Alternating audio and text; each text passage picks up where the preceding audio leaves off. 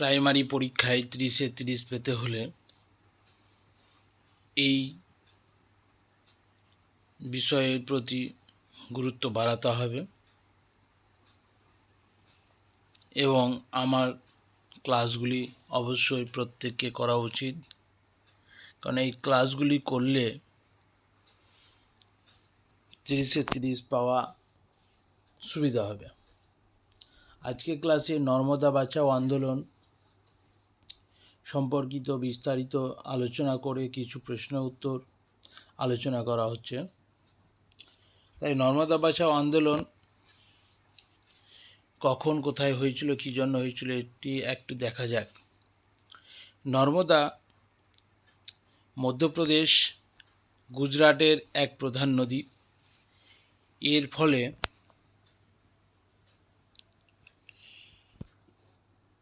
ফলে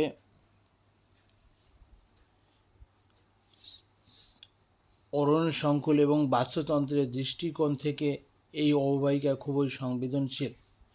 নর্মদা নদীর ওপর গুজরাটে সর্দার সরোবর বাঁধ নির্মাণকে ভিত্তি করে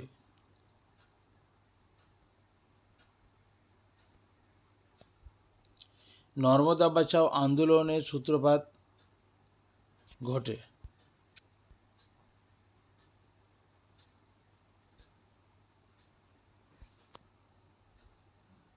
নর্মদা বাঁচাও আন্দোলনের নেতৃত্ব দেন সমাজকর্মী মেধা পাটেকর ও বাবা আমদেব।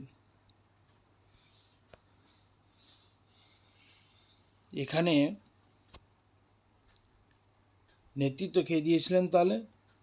মেধা পাটেকর এবং বাবা আমদেব, এনারা নেতৃত্ব দিয়েছিলেন। দেশ বিদেশের অসংখ্য মানুষ এই আন্দোলনের প্রত্যক্ষ পরোক্ষভাবে অংশগ্রহণ করেছিলেন। লেখিকা অরুন্ধতী রায় এবং চলচ্চিত্র শিল্পী আমির খান এই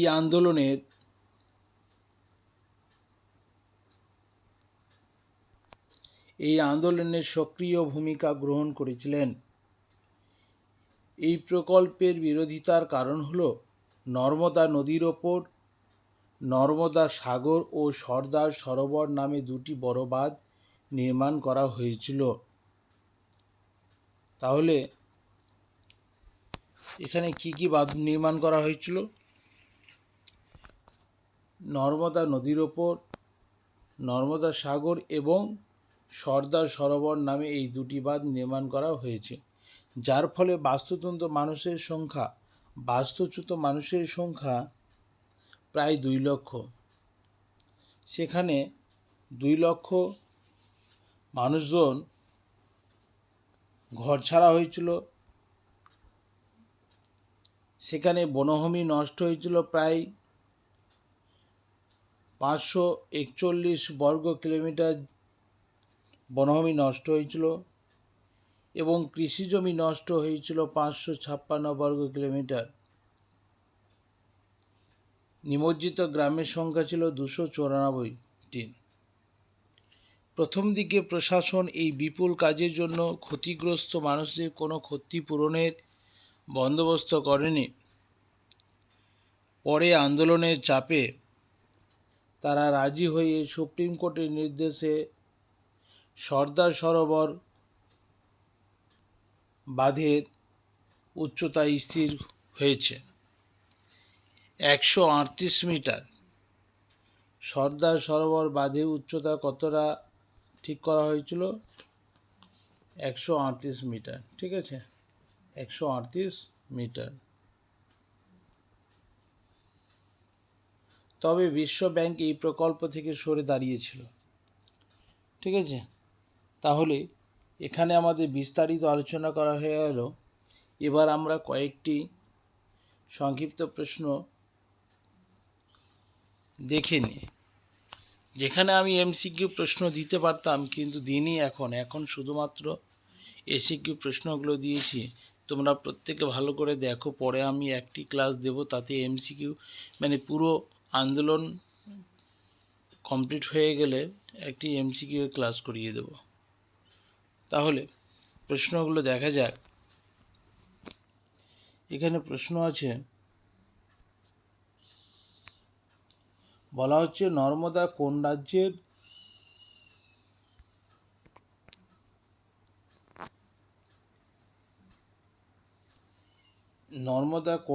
প্রধান নদী? নর্মদা হচ্ছে মধ্যপ্রদেশ এবং গুজরাটের প্রধান নদী। নর্মদা কোথাকার প্রধান নদী?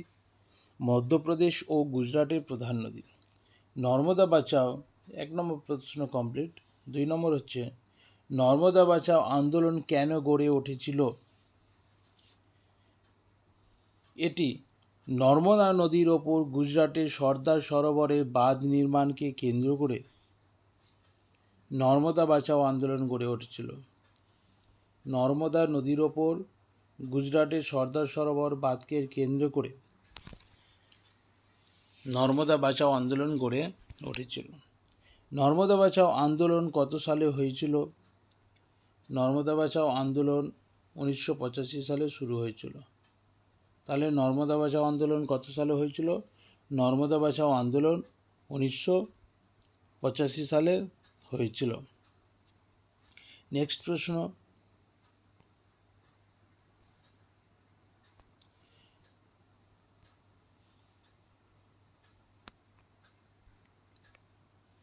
নর্মদা বাঁচাও আন্দোলনের নেতৃত্ব কে দেন? মেধা পাটেকর এবং বাবা আমতে। তাহলে আমরা জেনে নিলাম নর্মদা বাঁচাও আন্দোলনের নেতৃত্ব দিয়েছিলেন মেধা পাটেকর এবং বাবা আমতে। ঠিক আছে। লেখিকা অরুন্ধতী রায় এবং চলচ্চিত্র শিল্পী আমির খান কোন আন্দোলনের সঙ্গে যুক্ত ছিলেন? তাহলে এর উত্তর আমরা কি পাচ্ছি? নর্মদা বাঁচাও আন্দোলনের সাথে যুক্ত ছিলেন। কে কে ছিলেন? লেখিকা অরুন্ধতী রায় এবং চলচ্চিত্র শিল্পী আমির খান, ইনারা দুজন নর্মদা বাঁচাও আন্দোলনের সাথে যুক্ত ছিলেন। প্রশ্ন আসতে পারে, লেখিকা অরুন্ধতী রায় এবং চলচ্চিত্র শিল্পী আমির খান কোন আন্দোলনের সাথে যুক্ত ছিলেন? উত্তর হবে নর্মদা বাঁচাও আন্দোলনের সাথে যুক্ত ছিলেন। বোঝা গেল? নেক্সট প্রশ্ন দেখি তাহলে। নেক্সট প্রশ্ন হচ্ছে, বাঁধ নির্মাণের ফলে বাস্তুচ্যুত মানুষের সংখ্যা কত ছিল? বাঁধ নির্মাণের ফলে বাস্তুচ্যুত মানুষের সংখ্যা ছিল 2 লক্ষ, প্রায় 2 লক্ষ। ঠিক আছে। তাহলে পরের প্রশ্নে চলে যাই।